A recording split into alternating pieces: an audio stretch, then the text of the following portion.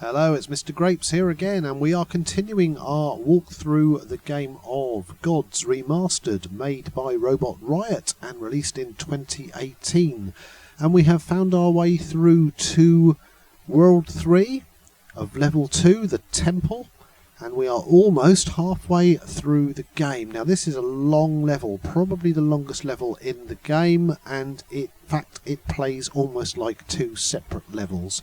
We're going to start by visiting the shop, and as we took a few hits in the last world, we are going to first of all take a weapon power up, and then we are going to refill our energy.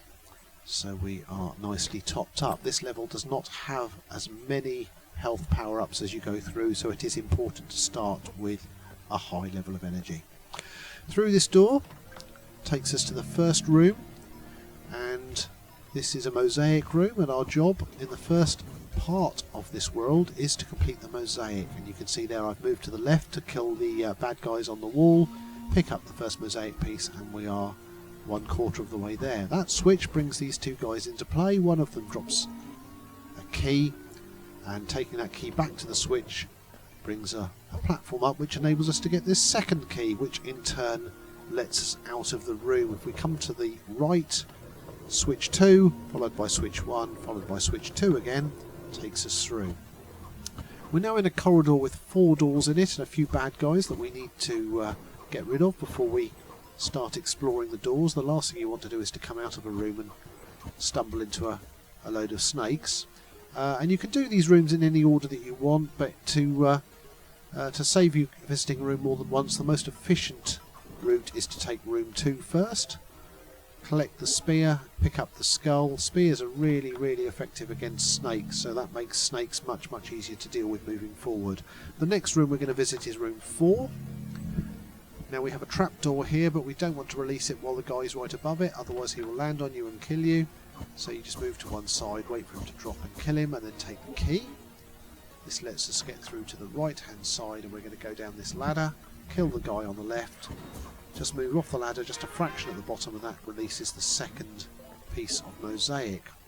When we come back up, also just on the edge there's a jar of herbs which we are going to collect because they will be needed in another room.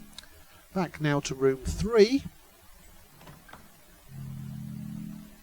and we have some snakes, but as I say, the spears are very effective against the snakes. Now there's a guy on the wall hard left, which you can just see, just dealt with him there, and that means it's nice and safe to come through here. Take the globe, come up here, you'll probably take a hit from this guy, he fires quite rapidly, and there's also a guy in the wall who we've dealt with by jumping and firing there. Flick the switch, opens the door and let us back out,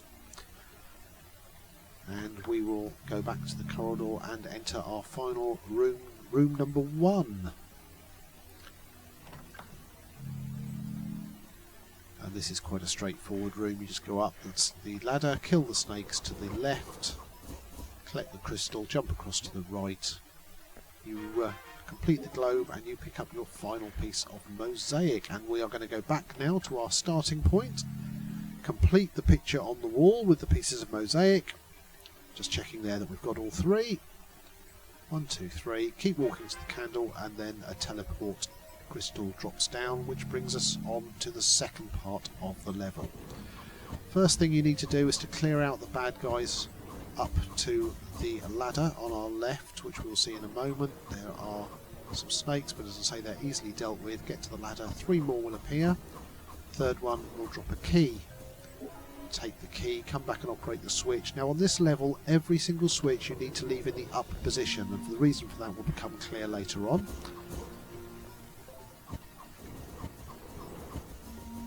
Now, trying to jump across a small gap like that, sometimes it's easier to go down the ladder and jump from the ladder.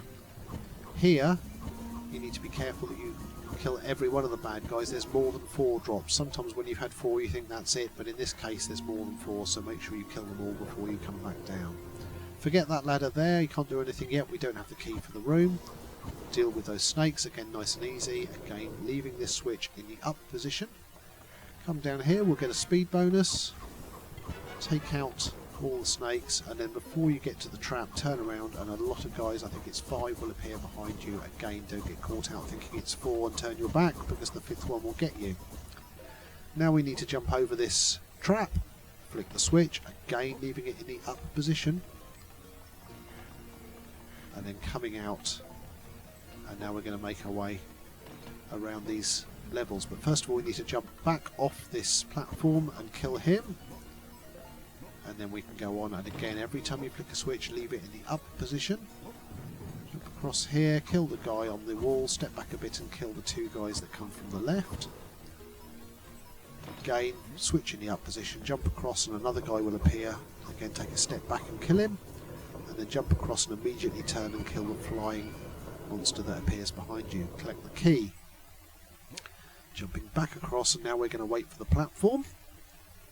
Now I always find this a little bit annoying graphically, where you have to shuffle across on the platform rather than it actually carrying you. I don't know why they couldn't have made that a little bit more aesthetically pleasing, but it's how it is. Collect the candle, top right, come back across, and then we're going to jump across, collect that crystal and drop down through the lower trap door, which will open for us like so. You will see there that a key has dropped down, so once we've killed the snake we collect the key, and we can now go back to the bonus room that we had to leave behind earlier on.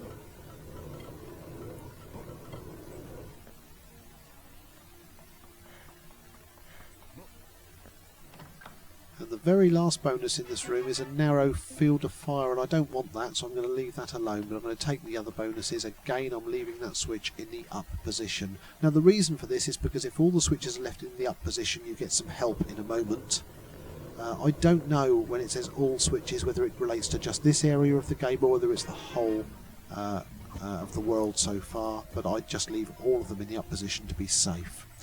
We're going to come down this ladder, kill the snakes, and then leaving the switches in the up position enables this little bit of help that we will see here. Some traps there have self-detonated, and we can jump across the remaining one and pick up the cross that we need to get to the chapel. Now this next section of the game is really tricky. It's very easy to die. There's an extra life there, but there are several points where bad guys spawn really close to each other, so you need to pick your way very carefully through this part of the level. Make sure you deal with each area of bad guys before you move on to the next, otherwise you will find yourself completely swamped. There's another one here where you jump up to the ledge, some more chaps will appear on the ledge, and that's not too bad. Now that didn't look too bad, but trust me, when you first get to that part of the level it's normally a death every single time. Here there's some flying guys come down, you will take a couple of hits, it seems to be unavoidable, but in return there's some more flying guys that appear here, and when you kill them they will drop some food which you can use to replenish your health a little bit. So it's swings and roundabouts here. Getting towards the end of the level now. A couple more flying bad guys to kill, and now we've got a last journey down again.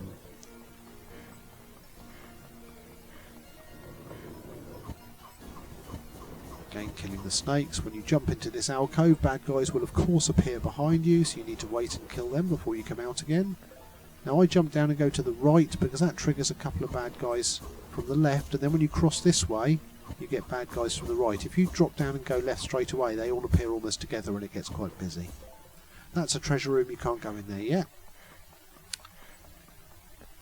Down to destroy some more snakes. As I say, the spears make the snakes so much easier. Yet again the game drops a bad guy behind you. More snakes.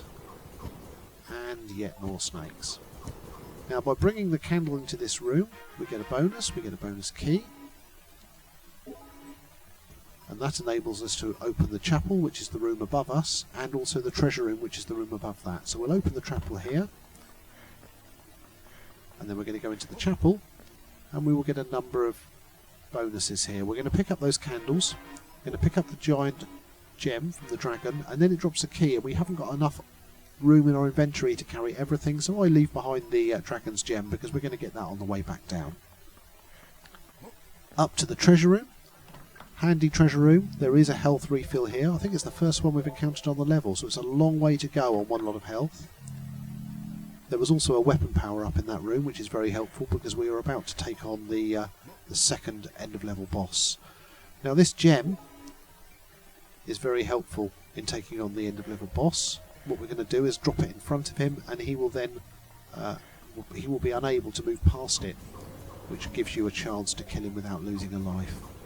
A few more chaps to kill. This one has gone walkabout, so we're going to chase him down and kill him.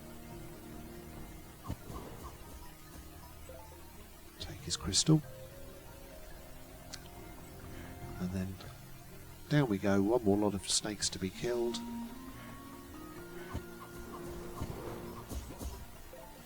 Take the jewel.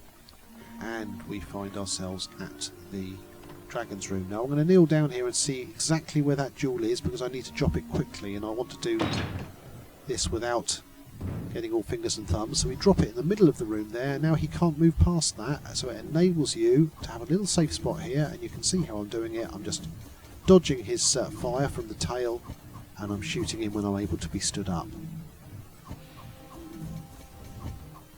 And as I said, in level 1.3, the bosses in this game in general aren't difficult. Once you know what you're doing, they're relatively easy to get by. There are far trickier parts of the game than beating the bosses. So we've done him. We're going to pick up the treasure, use the key, so I've got a little bit more space in my inventory for when I visit the shop.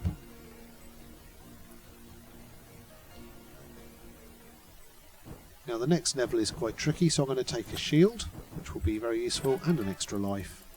And that is the end of the third world of the second level, and we are halfway through the game. Thank you very much for watching. I hope you found it useful. Please don't forget to like and subscribe to my channel if you're enjoying these videos, and I will see you again very soon with the remainder of the walkthroughs of the game.